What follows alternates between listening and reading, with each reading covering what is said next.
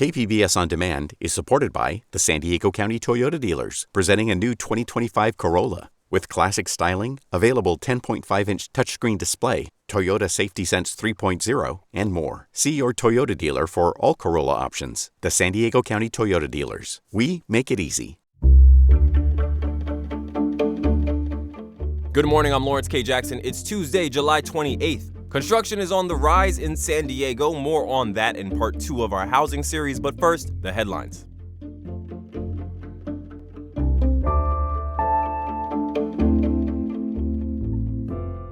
Senator Alex Padilla introduced a bill on Friday that would create a path for those without legal status to obtain lawful permanent residency. The legislation, if approved, would make changes to the Immigration and Nationality Act that was last updated in 1986 under President Ronald Reagan. Under the proposal, those without legal status would qualify for a green card if they've lived in the U.S. for at least 7 years, have no criminal record, and meet other requirements. Senator Padilla says that if passed, the bill would impact roughly 8 million people. San Diego is moving forward with plans to charge for parking in Balboa Park. Phase 1 of the plan involves the installation of parking meters along 6th Avenue, Balboa Park, and Park Boulevard. Katie McDonald, president and CEO of the nonprofit Forever Balboa Park, opposed the changes but acknowledged the park needs revenue. We are pleased that the money from the parking fees will be spent in the park and the parking management fund, but we need to be clear that the park is deeply under-resourced. The park will continue to need significant investment from the city. The council has already adopted a budget that assumes paid parking will be approved. If the council can't agree on the specifics of the plan, it will likely have to cut the city's park and recreation budget even further. The restrooms and fishing pier at Pepper Park in National City are closed for several weeks as improvements are made. That's in addition to the playground at the park being closed since July 23rd. Once complete, the roughly 5-acre park will feature a new splash pad, a pirate-themed playground, a picnic area, a new entrance plaza, and more. According to the port, the $8 million project is funded by a combination of port, federal, and state funds and will reopen in early 2026. From KPBS, you're listening to San Diego News Now. Stay with me for more of the local news you need.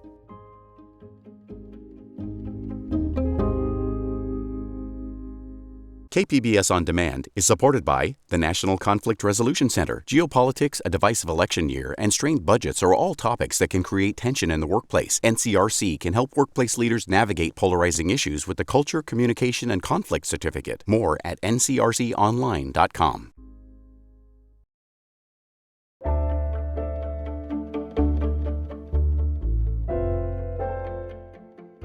A new analysis by Voice of San Diego and KPBS finds housing construction is on the rise, but the construction of new homes is not being distributed equally across San Diego cities. As part of our Public Matters partnership, we bring you this story from Voice of San Diego reporter Will Huntsberry. San Diego feels like it's buckling under the weight of its housing crisis.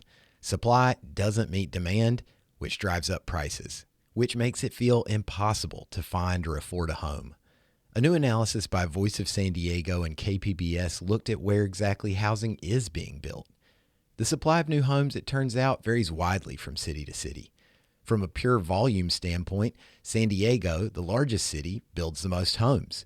But we crunched the numbers on a per capita basis from 2018 to 2024. We found El Cajon permitted the least, just under 10 homes per 1,000 residents. It's just a matter of space. We're like Tokyo. There's no space left. There's no place to build. Bill Wells, El Cajon's mayor, says the reason is there isn't enough vacant land. He says he's not hostile to development. You bring me somebody who wants to tear down an old strip mall and build a nice condo project, and we'll treat them really well. But Wells also criticized the state's housing laws, which try to encourage denser housing in urban cores and take zoning power away from cities. He says the residents of El Cajon don't want massively increased density. In all of San Diego, one city built much more than the others. That was Chula Vista. It built 38 homes per 1,000 residents. Chula Vista has built the most homes per person in the county for a reason. It's the only place left with open space. In the southeastern corner of the city, developers have built a ton of new homes. Chula Vista also permitted a lot of different types of housing. Roughly 56% were new apartment buildings with 5 or more units. Around 10% were ADUs, and 24% were single-family homes. They also want to convert some of their shopping centers to add housing there. Saad Assad is on the board of the pro-housing group YIMBY Democrats of San Diego. He says Chula Vista deserves credit for the variety. So I think they're kind of trying to find the path that will allow them to build housing for their residents, and they're going to see a lot of growth just because their location has a lot of transit stops and near downtown as well. Another interesting finding came from North County. Encinitas is probably best known as one of California's NIMBY capitals. People there don't want new housing. They want their neighborhood character to stay the same. But Encinitas actually permitted the fourth most housing per capita of any city in the county. At Encinitas, we're actually building the housing. Here's Bruce Ehlers, mayor of Encinitas. It's ironic that the state likes to point out Encinitas as this rogue city. We're well ahead of most other cities. Encinitas has been sued multiple times for violating state housing laws, and that has forced the city to make way for new housing. But Ehlers says people are mad about it. They hate it. During the 6-year window we looked at, more than 82,000 new homes were created in the county. Of those, the majority were not affordable to regular people. 78% were priced for people with above moderate income, as defined by state officials. But still, 22% were affordable. And according to housing advocates, the more high-income homes that are built, the more low-priced homes get to stay priced that way. For Voice of San Diego, I'm Will Huntsberry. To explore a map of where housing is being built, go to kpbs.org/whose backyard.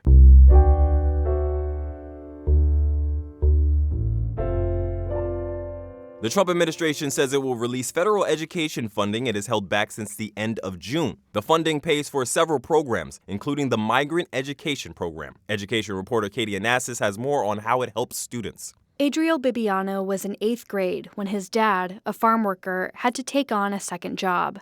His mom was in Mexico. We had to really learn how to take care of ourselves. During that time, I had to learn how to wash clothes, cook. I had to pick up my little brother from school. The Migrant Education Program helped them get food, health care, and help with math and reading. They gave us tutoring when we struggled because my parents didn't have the opportunity to learn English or even go to school. The program supports students whose parents move for seasonal work in the agriculture, dairy, fishing, and lumber industries. Last month, the Trump administration said it was waiting to disperse migrant education funds until further review. On Friday, the Department of Education told NPR that it would release the funds to states this week. Elisa Ayala directs the Migrant Education Program at the San Diego County Office of Education. She says they can't do their work without the federal funding. And we don't want to see our children hungry or tired or exhausted or not learning. The office is waiting on more than $5 million for the program. Katie Onassis, KPBS News. Financial scams aimed at targeting seniors in San Diego County are getting sophisticated and more costly. Health reporter Heidi DeMarco has the latest numbers and what's being done to fight back. In just the first half of 2025, 747 older adults in San Diego County have fallen victim to scams, losing nearly $70 million.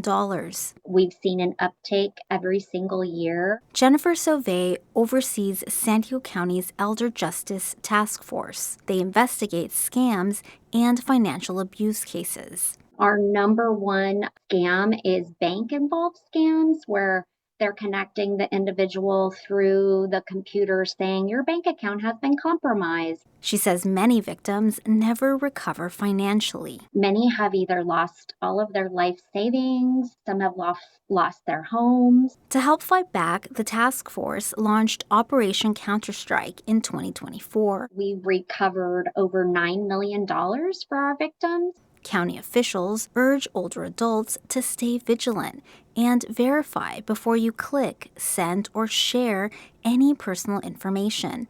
And if you or a loved one has been a victim of fraud, call the Adult Protective Services hotline at 1-800-339-4661. Heidi DeMarco, KPBS News. That's it for the podcast today. As always, you can find more San Diego news online at kpbs.org. I'm Lawrence K. Jackson. Thanks for listening and have a great day.